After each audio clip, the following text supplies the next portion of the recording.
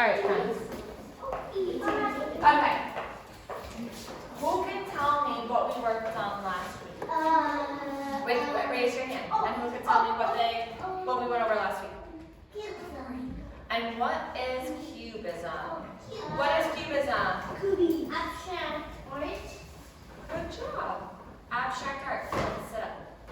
Now, is abstract art real or imaginary?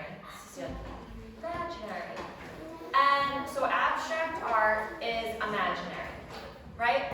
We're not going to see it. What about cubism? What makes cubism cubism? Because you use different shapes. Good. Good job. Good job, my friends. Okay, so I want to give you an example of a famous author. What is it? What is an author? Picasso. G, what's an author? An author is a person that writes stories. Yeah, good.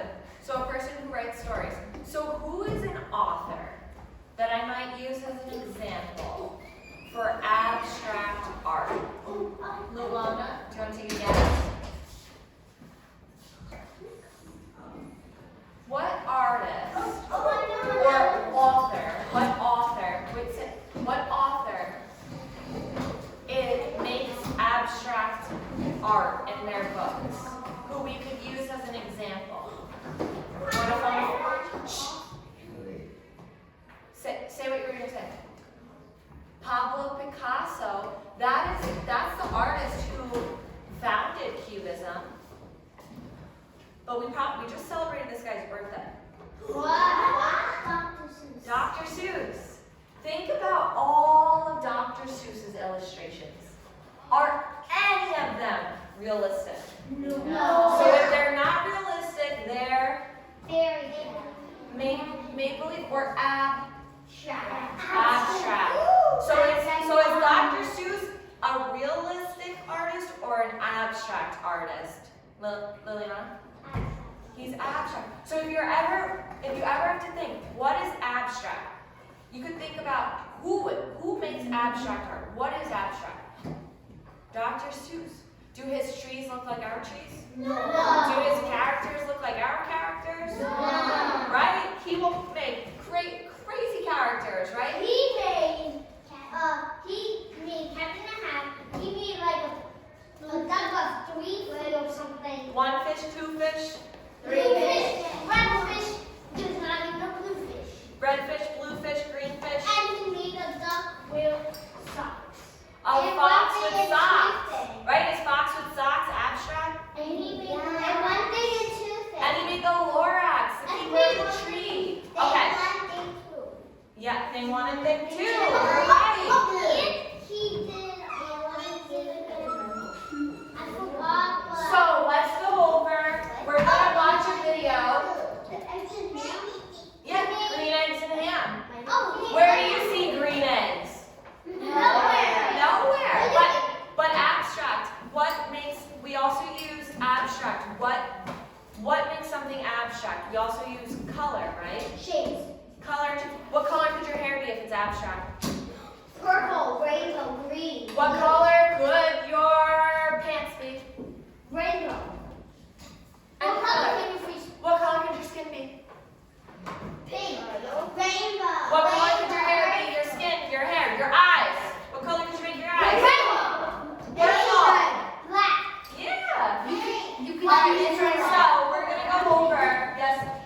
Yes, Kennedy. There's another artist. Oh, I can't. You're Kennedy. There's another artist called Leonardo da Vinci. Yeah, Leonardo da Vinci. What do you know about Leonardo da Vinci? He paralyzed his right arm, and people wanted him to use his right arm to write, but he was lefty, and it was good that he didn't follow those people. Wow. Yeah, sometimes we gotta break the mold, right? I use my You gotta. Yeah. People can tell you, you can't. And if we listen to them, we never will try. Yeah. You can't listen to those people, right? People are trying to like force you to do it. You gotta, if you think you can do it, it's possible. 1908. Artists are submitting paintings for an important exhibition. One of the judges is Henri Matisse, a well-respected painter who is now one of the most famous artists ever. Here comes a young man with 6 paintings he hopes will impress the committee. His name is Georges Braque, and he is 26 years old. He collects posters. He peels them off the walls of Paris at night. He's an artist, and he's really good at sports. When Matisse sees Braque's paintings, he thinks they are absurd. They're made of little cubes, he says. An art critic overhears him and names this new art Cubism. Cubism was invented by 2 great friends, Georges Braque and Pablo Picasso. These 2 friends were the same age, but they were quite different. Braque worked slowly and was a little mysterious. Picasso worked quickly and was very sociable. Do you know who their heroes were? The Wright brothers, who had recently invented the flying machine. They even put references to flying in their paintings. Braque and Picasso wanted to be inventors too. They wanted to create a new art that would astound people. They were inspired by art from around the world: African sculptures, Japanese prints, and cave paintings. They noticed that when we look at something, we can only see it from one point of view. So instead of trying to paint things as they saw them, they wanted to paint things as they imagined instead. And that's what these are. So they're taking realistic objects, and instead of painting them and drawing them in a perspective that we see them, they're taking them and imagining that they can see them like a fly. You know how a fly has hundreds of eyes? Yeah, like 10,000 eyes or infinity eyes. They have so many eyes. So they see you that many times from all different perspectives, right? So they're thinking of it, looking at it with a different eye. What angle can I see it from? What shape do I see? What edge do I see? Right? And they're changing the way the object appears. Artists did. They imagined objects seen from many sides and then flattened all this down into a single picture. This meant that they could reveal different sides of things at the same time. There are many types of cubism. The first one breaks the form into geometrical shapes and is called analytic cubism.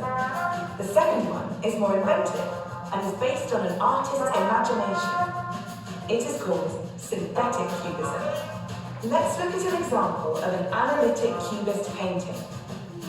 Braque has painted a glass on a table, but it's hard to see because the glass and the table are shown from lots of different angles. You can see the front, the back, and the sides of the glass all at the same time. It's like it's in a hall of mirrors or like having X-ray eyes. Now, here's an example of synthetic cubism, a collage by Picasso. What objects can we see? A newspaper, a bottle, a glass, a guitar. Where might we find all these things in one place? In a cafe. It's like a riddle or a puzzle. Picasso is having fun. He's giving you the clues to what the picture is about. Look at the guitar. Is it actually a guitar or pieces of a guitar? He wants your brain to put the instrument together. Lots of people have tried to decipher cubism over the years, but Picasso and Braque refused to explain it. Other artists started making cubist artworks too, like this sculpture by Henri Laurent and this painting by Juan Gris. Sonia and Robert Delaunay invented a colourful version of cubism called Orphism. This painting by Sonia Delaunay illustrates a poem describing a journey across Russia on the Trans-Siberian Express.